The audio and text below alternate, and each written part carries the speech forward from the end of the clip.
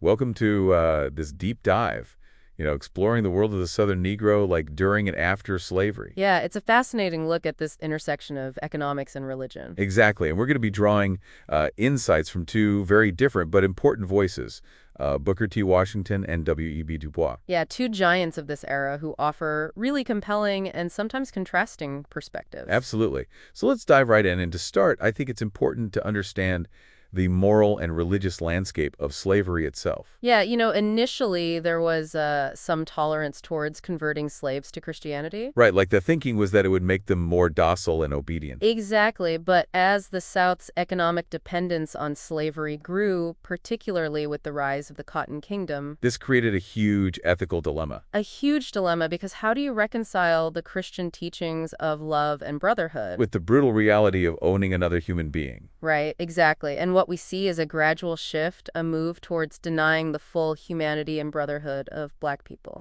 So basically, they started to dehumanize them to justify the exploitation. Sadly, yes, it became easier to perpetuate the system if you convince yourself that those you're enslaving are somehow less than human. It's chilling to see how economic interests can warp even the most fundamental moral principles. Absolutely, but even amidst this darkness, there were these flickers of hope. What do you mean? Well, we see the emergence of some truly remarkable Black preachers, figures like Harry Hoser, George Lael. Andrew Bryan Lott Carey, John Chevis. Precisely, these individuals defied the odds and became powerful voices within their communities. Yeah, they challenged the status quo, inspired their congregation. And really paved the way for future generations of Black religious leaders. But their very presence, their growing influence, it must have rattled the white establishment. Of course, the thought of slaves being educated, able to read and interpret the Bible for themselves was terrifying to slaveholders. And there was always the fear of slave uprisings, which were often led by preachers. Exactly, so they cracked down even harder, enacting stricter laws to restrict Black religious gatherings and education. Like making it illegal for slaves to preach without a white minister present. And ultimately, we see the complete segregation of churches along racial lines. A stark contradiction to the very principles of Christianity. Du Bois actually shares a really powerful story about this in his writings. Oh yeah, what's that? He talks about this Black man who disrupted a white revival meeting simply by being present. Wow, just his presence, his Blackness was enough to cause chaos and disrupt their service? It speaks volumes about the level of prejudice that was ingrained within Southern Christianity at that time. Absolutely, it's a powerful image. And now shifting gears a bit, let's talk about Booker T. Washington's perspective on the economic development of Black people during slavery.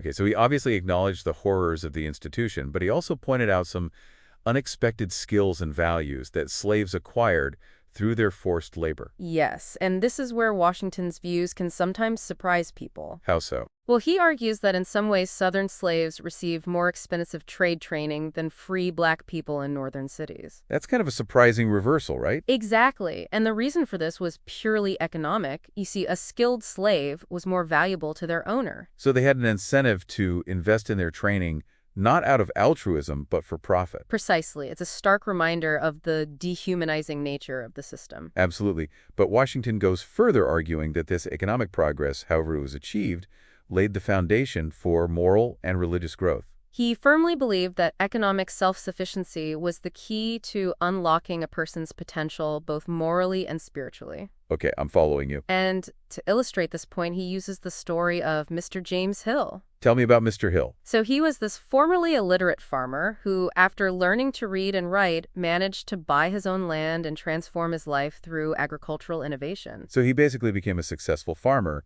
a respected community leader, and a devout Christian. Exactly. A classic rags to riches story, but with a deeper message about the link between economic independence and personal growth. Right, it wasn't just about material wealth, it was about empowerment and self-respect. Exactly, and Washington applied this same philosophy to his approach to missionary work. Interesting, how so? Well, he believed that teaching practical skills like farming or carpentry was just as important, if not more important, than focusing solely on abstract theological concepts. I see, so it's about meeting people where they are, addressing their immediate needs and empowering them to improve their lives. Precisely, he saw this direct connection between economic upliftment and spiritual receptivity. So the idea is that if you help someone improve their life in tangible ways, they're more likely to be open to your message. Exactly, and he uses some interesting case studies to support this idea. Oh, like what? Well, for instance, he talks about Tuskegee graduates who went to Africa to teach cotton cultivation techniques. And how this led to a natural embrace of Christianity by the local population. Precisely, the people saw the positive impact of these skills, the improvement in their lives, and they associated that with the religion of those who taught them. It's a very different approach to missionary work than what we often see, where the focus can be solely on converting people to a belief system without necessarily addressing their material needs. Yes, and Washington contrasts this with what happened in Liberia, where the focus was heavily on religious teachings, but without a corresponding emphasis on economic development. And what was the outcome there?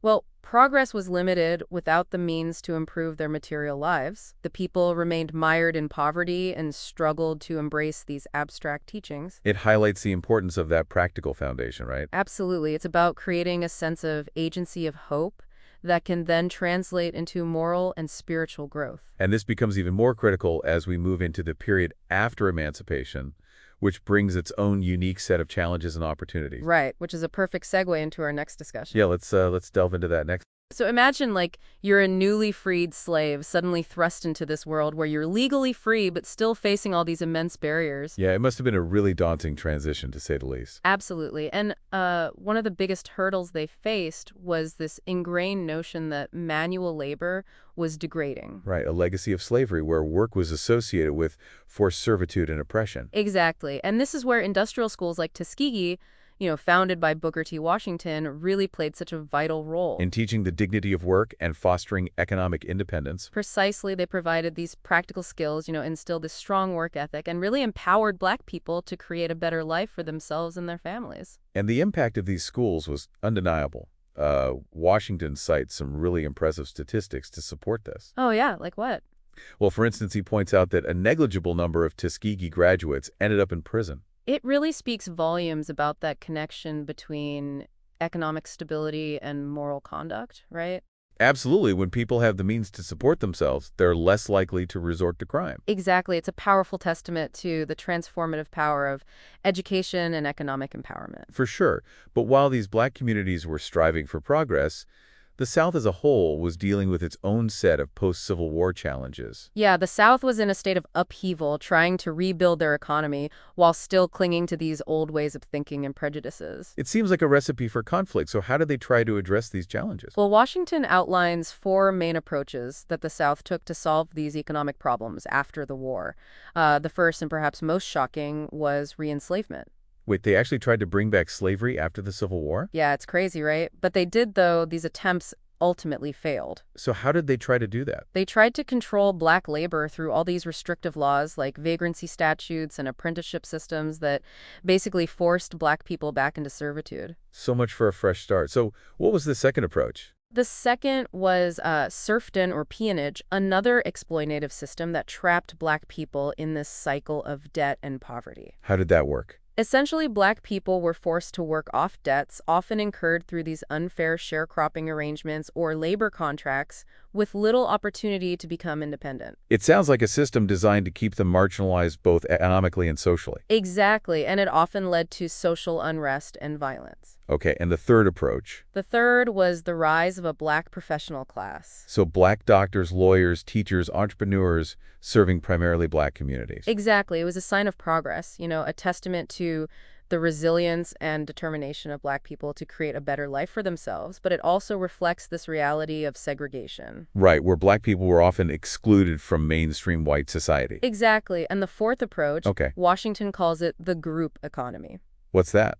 It refers to this development of a self-sufficient economic ecosystem within Black communities. So Black-owned businesses, banks, and institutions serving the needs of their own people. Precisely driven by necessity, to create opportunities in a world that was often hostile and discriminatory. It's a remarkable example of how, even in the face of adversity, Black people found ways to build and sustain their own communities. Absolutely a testament to their strength and ingenuity. But this brings up this glaring contradiction in the South's approach to its economic problems. Oh, what do you mean?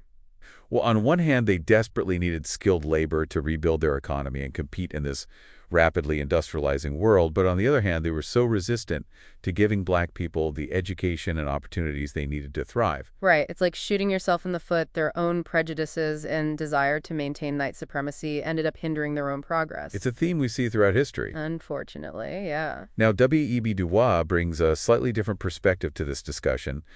He highlights this looming threat of immigration and its potential impact on black laborers. Right? He saw both potential benefits and dangers in this influx of new workers. Can you elaborate on that? Sure. So on one hand, immigration could create this greater demand for skilled labor, which could benefit black workers who'd acquired these trades through institutions like Tuskegee. So a potential for upward mobility based on merit rather than skin color. Exactly. But on the other hand, there was this risk of increased racial tensions if immigrants were given preferential treatment. Which, knowing the history of the South, isn't exactly far-fetched. Unfortunately not. And we've seen this pattern play out, right? Newcomers often pitted against existing marginalized groups. Right. It creates this U.S. versus them dynamic. Exactly. It's a complex dynamic with both opportunities and perils. Yeah, it's a reminder that, economic progress and social justice are often intertwined. Absolutely.